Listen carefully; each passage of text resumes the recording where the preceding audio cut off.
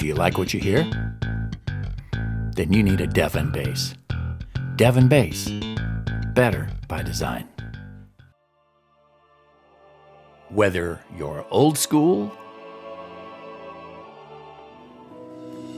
or whether you're new school,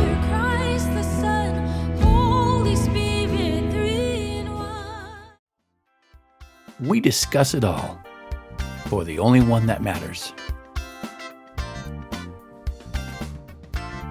Christian Talk with Christian musicians.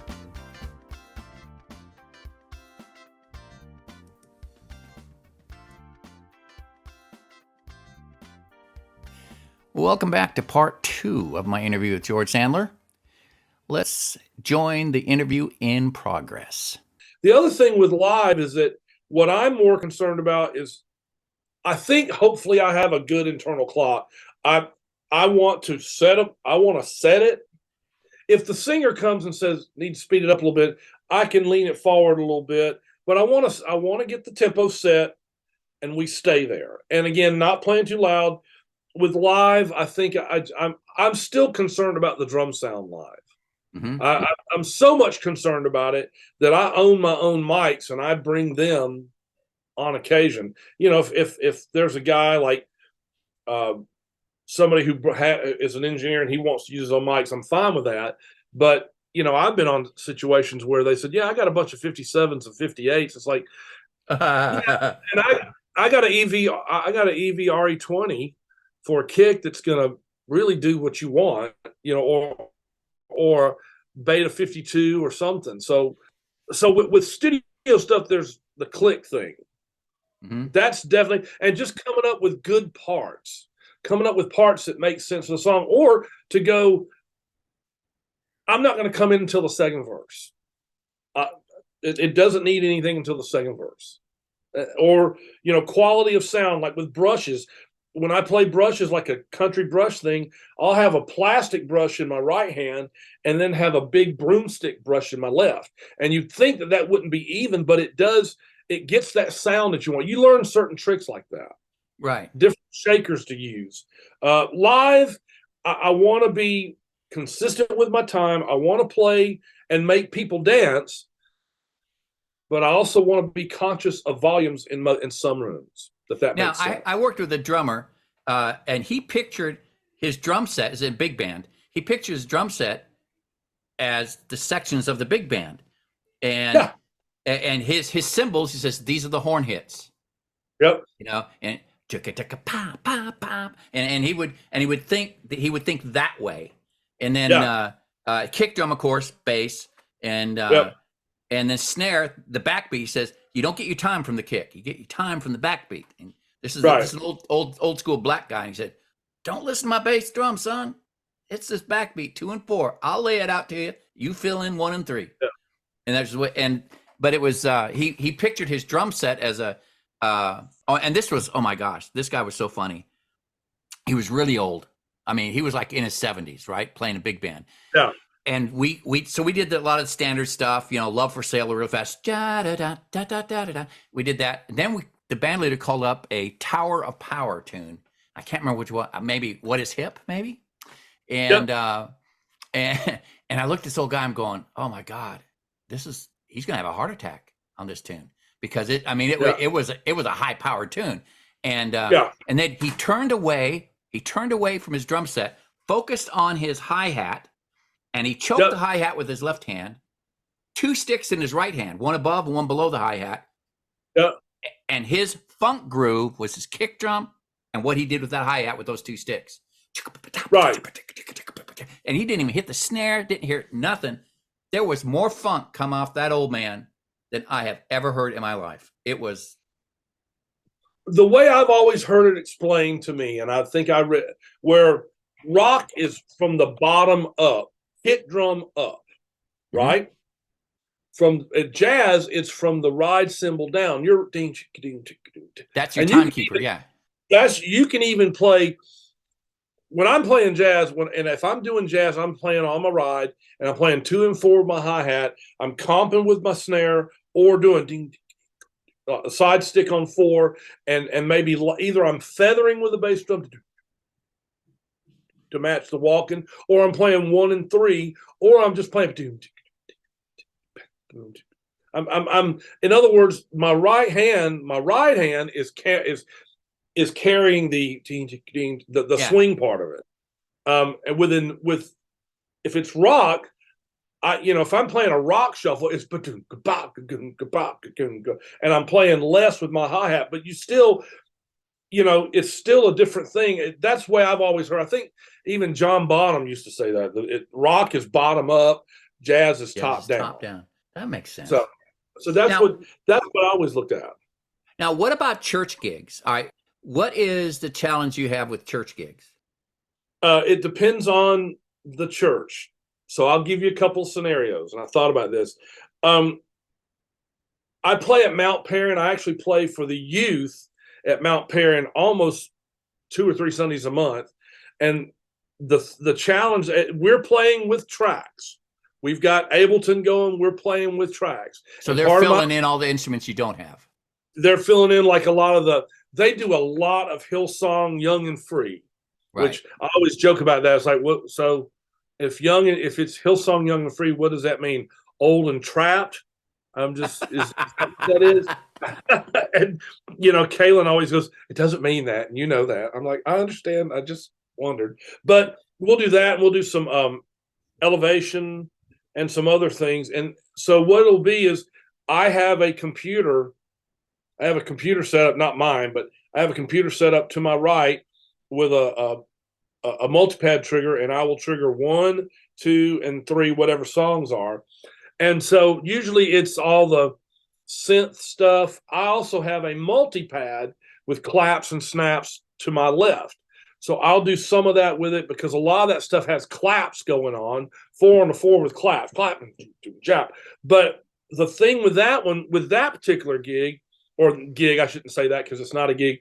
With that type of service, it's very new music, and the kids are jumping around. I love it. I'm the oldest cat in the building.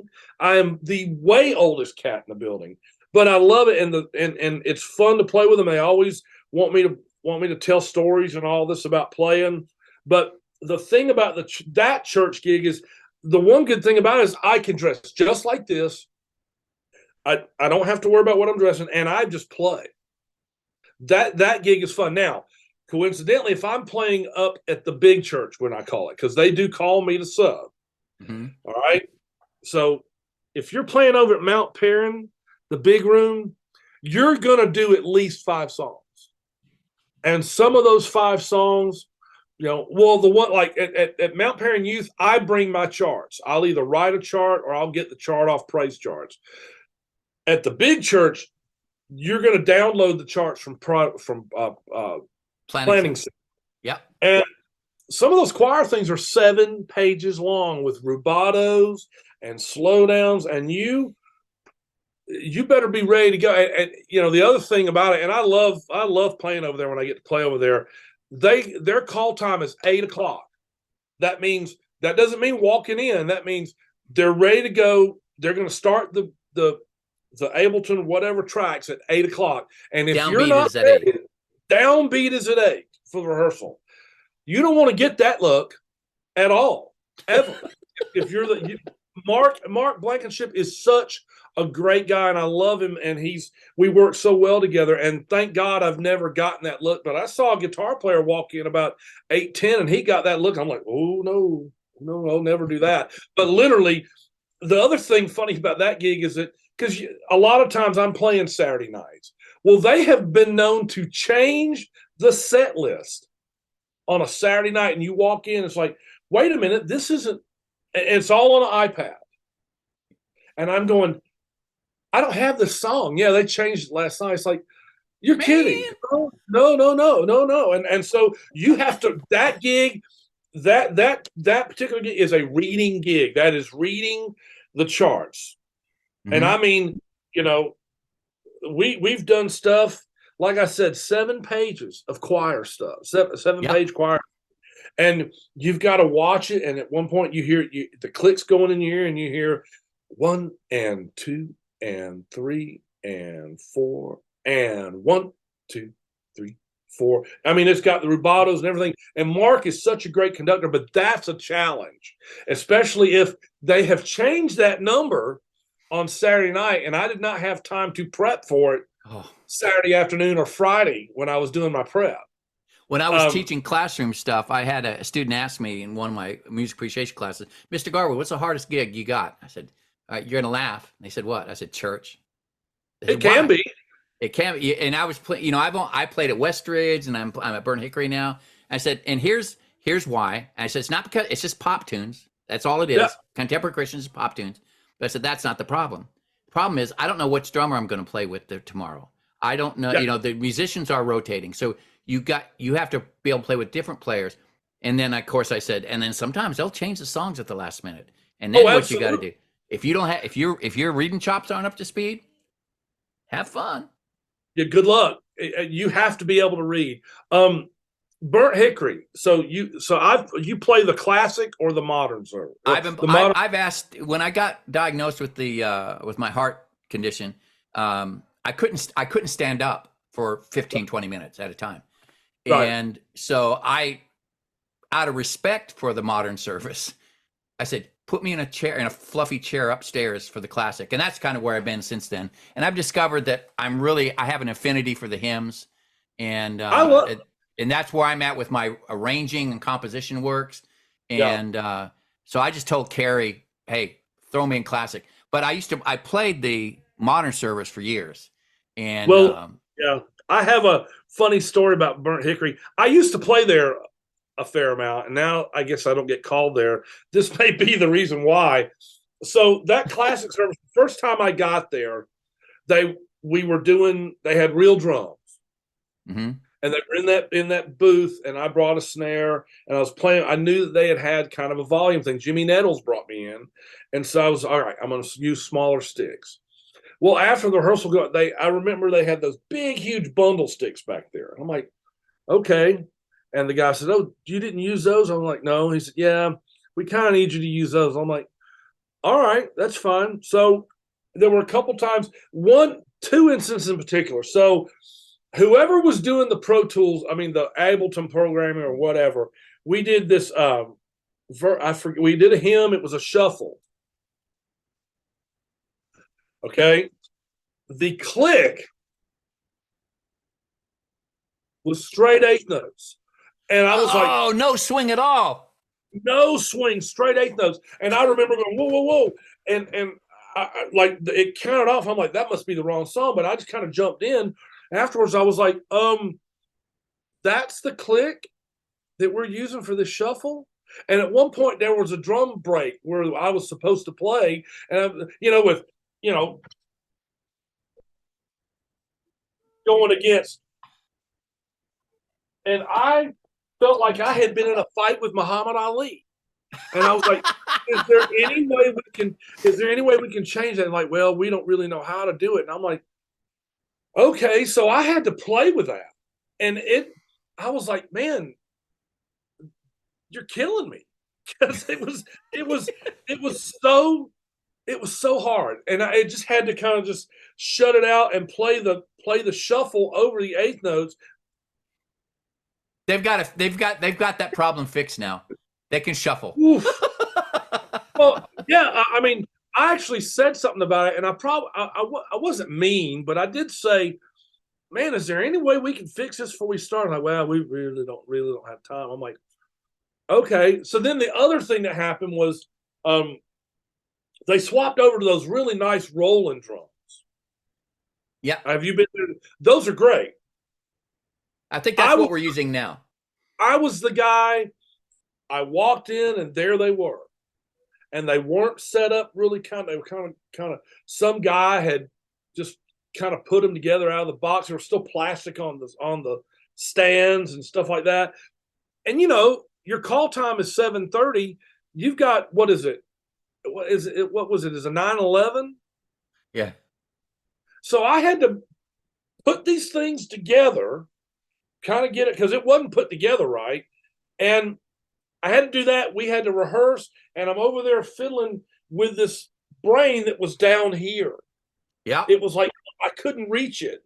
to change a whole lot. So like in between, like I know that I was trying to get that worship sound, a little bit deeper snare drum, blah, blah, blah, bigger cymbals. And I finally got it, but it was like, man, thanks for throwing me to the wolves. Like, it's like if you've ridden a bicycle and now you get to ride a motorcycle, and and you got to do a race. You've got to. It's two wheels. It's pretty much the same thing. It's electron drums, pretty much the same thing.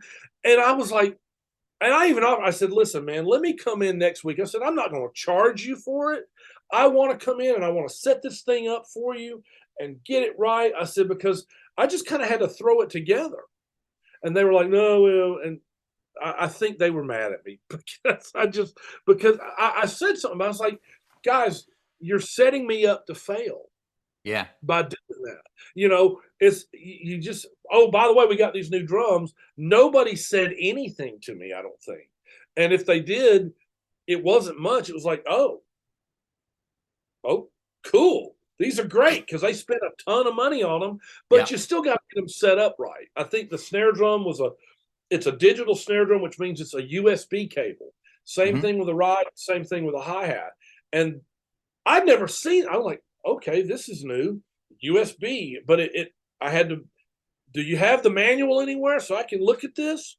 So those are frustrating things. Sometimes a lot of times when I get called to sub a lot, and I always have things that I bring. I bring my cymbals, my snare drum, and a pedal.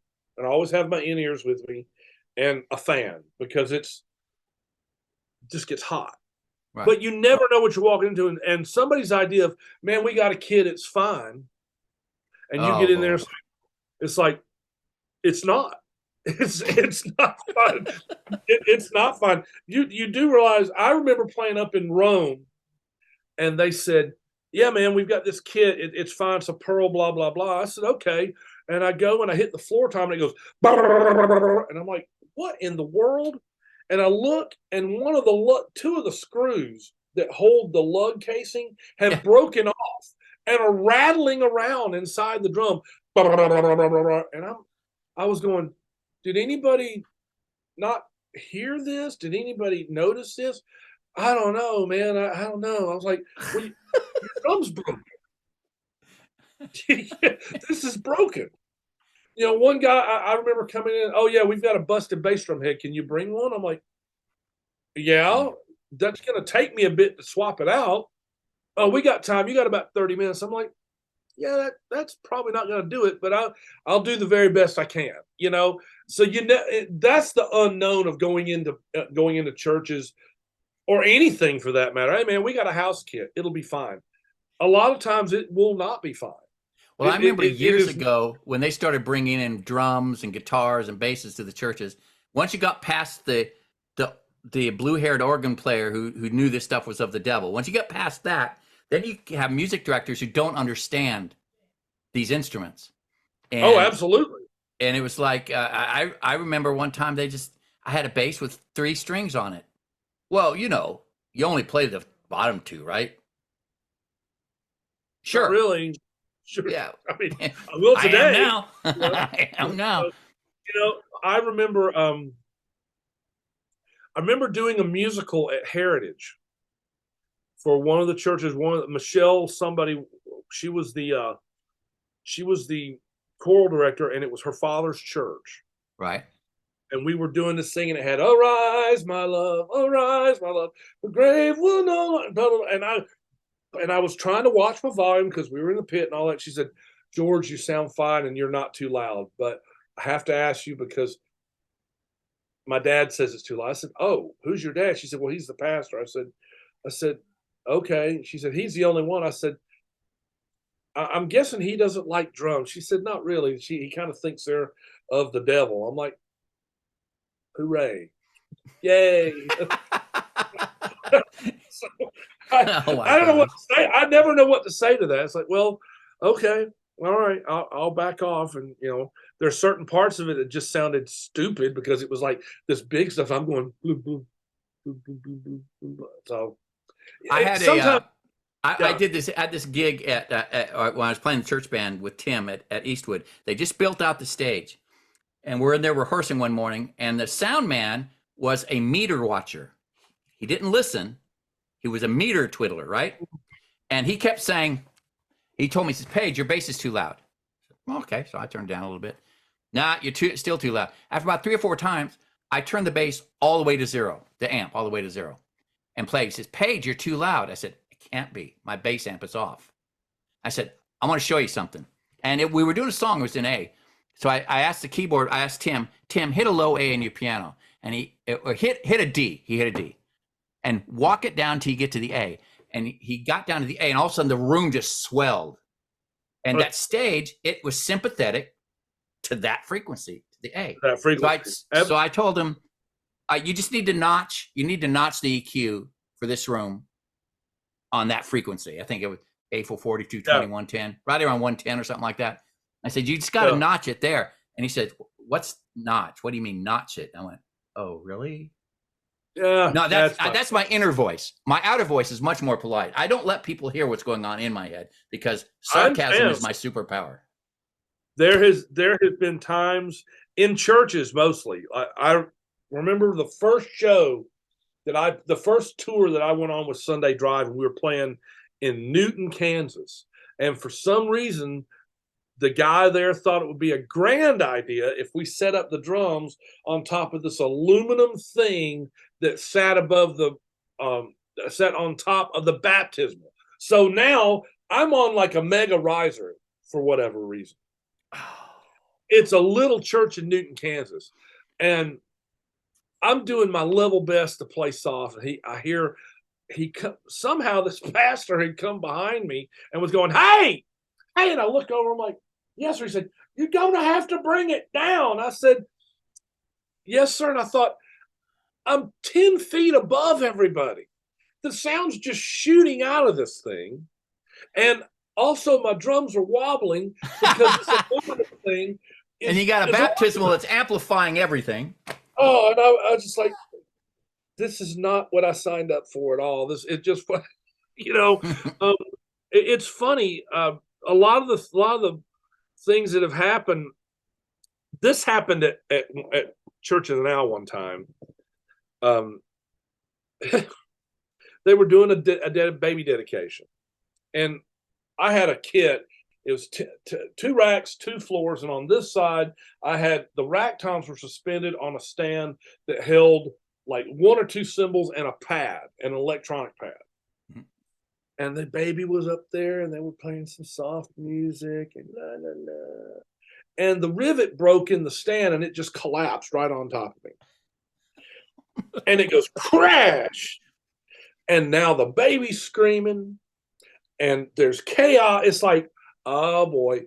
And guys have to come pull this thing off of me. And I came out, I walked off stage like, well, boys, it's been really great playing with you. I have a feeling this is it.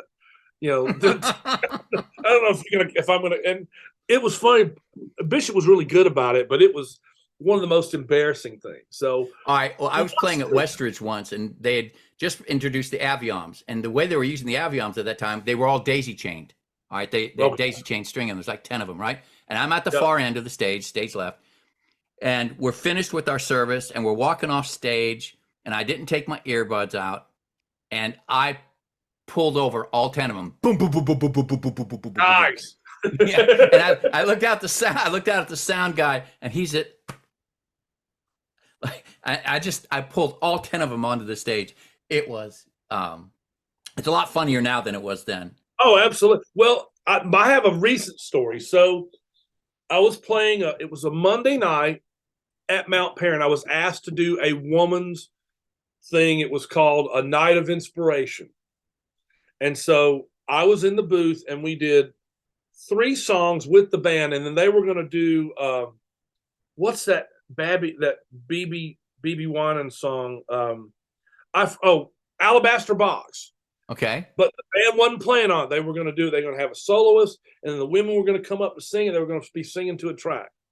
So I have a laptop in there with me. This happened a month ago. I have a laptop in with me, and usually with the stuff you go song 1, song 2, song 3, song 4, 1, 2, 3, 4. Okay, great. So we go through the 3, and we're talking like, well, who's gonna start the 4th song? Because they could do it in the back. Mark said, no, I want George to come out and get in the booth and start the song. And so before, the booth there was really short. It was a square booth. Now they got this beautiful thing. It's floor to ceiling glass. It's beautiful. I'm like, wow, this is awesome. So I hear that my cue. So I walk out there real quiet, pull the door shut, and I go, and Mark gives me and I went 4, 4, 4, 4, and nothing was happening. And I've got to talk back, Mike. I'm like, guys, somebody's got to turn this on. I can't do it. It's not working. It's not working. And so finally they turn it on. So now I'm sitting in the booth. Now I'm not playing. I'm not doing anything but sitting there. Somebody at the front of house decides to light up the whole booth. I mean, it is lit up. I'm like a fishbowl with all the lights in it. And I'm just sitting there going, just staring. and at some point I tried to duck. I was like, all right, and it just kept going on. And so finally I tried to do as subtle as I could, but I went like, and somebody at the front of house saw it and went, oh no, we got to cut that off. He's not doing anything. And I'm like, you boys. And then we go through it again, and Barbie, Doc's wife, Doc Cooper's wife, she says, we need to hear more of that. And Mark's going, no, it's a track. She's going, no, I want to hear more of that. And so he looks at me and start it. So I go again, 4, 4, 4. And it's not, and I'm going, gosh, it's not, you're going to have to fire this thing. And I was like, oh my goodness gracious. That, it was funny. They lit me up like a Christmas tree because they had 2 big lights and blue light. And, you're in this globe, and it's like, I'm not doing anything. Hi, guys. It was just funny. It was hilarious. It was not funny when it was going on because I was like, what? I felt like Ricky Bobby. I don't know what to do with my hand. Oh my God. That was hilarious. Dude, I am so sad that we have to wrap this up. But man, right. One thing I have on my bucket list is one day I want to play with you again so I can redeem myself from that 20-year-old debacle. And I would love that. I would love you to see that. Yes, this old guy knows where the pocket is. I swear I do. I've worked it so hard. I have no doubt about that whatsoever. And we have to make that happen. I'll call Jason at Burnt Hickory and ask him, hey man, could you use a drummer? I don't know how that'll go over, but yeah, let's play. And do you have we get all the questions? Yeah, it's one last thing. What do you wish folks understood about the drummer? That what is the big thing that people just don't think about when they're thinking about drummers?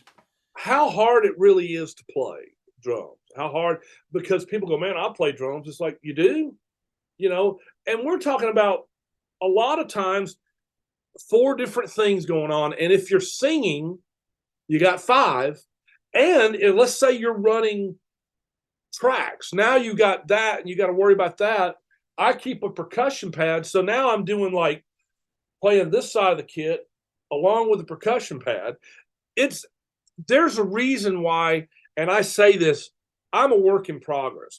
Any drummer worth his salt will tell you I'm a work in progress, because just when you think you have it all down, you don't. Yeah. There's another skill. There's another coordination thing to master. And the basic thing for me is that all you want to do is when you say that to just play it. Yeah, there are plenty of guys who can make a sound on drums. To be a guy like Nico, or even Vinny, or Dave Weckl, or John Chalden, or any of those guys, we've spent years working on this. I will go today. Today is a kind of a day off for me because I played last night, but I'll go on my practice pad and practice, and I'll do some more. it's a never ending conquest. It's a never ending pursuit of that. And so it is a hard instrument to play. I know we all like Neanderthals sometime. Oh, you need to beat those things. But, we all, most of us, if not all the good drummers, and I, humbly put myself in that, we take what we do very seriously. Well, it's funny. Charlie Corch, big guy. And you'd think he would be all gorilla sticks all over that thing. And he has the lightest hands, the softest hands. And when I loved playing with him because he would do these ghost note things on his snare, and it's like he's just barely brushing the top of it with his head, and it makes all the difference in the world. And you just think he'd be but all the best drummers I know are like that. It's just you have soft hands, and you can get as big as you need to be. Right. You have to be able to play soft with authority as well as play firmly. And again, that's all about technique. I mean, you still need to be able to play softly, but play the right amount of notes or less notes or whatever, and still have a feel with you as you do when you're playing medium or loud. That takes, you have to practice that. Well, hey, before I go, I do want to ask you one question. I would love to interview you again, but this time make it like a small master class on drums where you can set up, we can do the Zoom thing, but you play and demonstrate. Sure. Stuff. Would that is that doable? I think so. I think we can make that happen. Yeah, I think we can make that happen. I just gotta. My son is that specialist, so I will speak to him about that. Man, I appreciate you. I appreciate you taking the time. And no problem. I will send, when I get this edited down, this is probably going to go up sometime in, it might go up in January. I'm trying to get all my January lesson podcasts out, and I'm going to try to stay a month ahead of time. This month has all basically been, why do you do what you do, church gigs, that kind of stuff. And you've answered all that really well. I appreciate you. No worries, man. Anything I can do, Paige, let me know and we'll do this again. So thank you. Absolutely, my friend. Be good. Stay out of trouble. Stay out of jail. Absolutely. That's first priority. And if I don't see you before, Merry Christmas, Happy New Year, and all that good stuff. God bless you, my friend. Be good. Yes, sir. Bye. Be ya. All right, bye. We discuss it all for the only one that matters.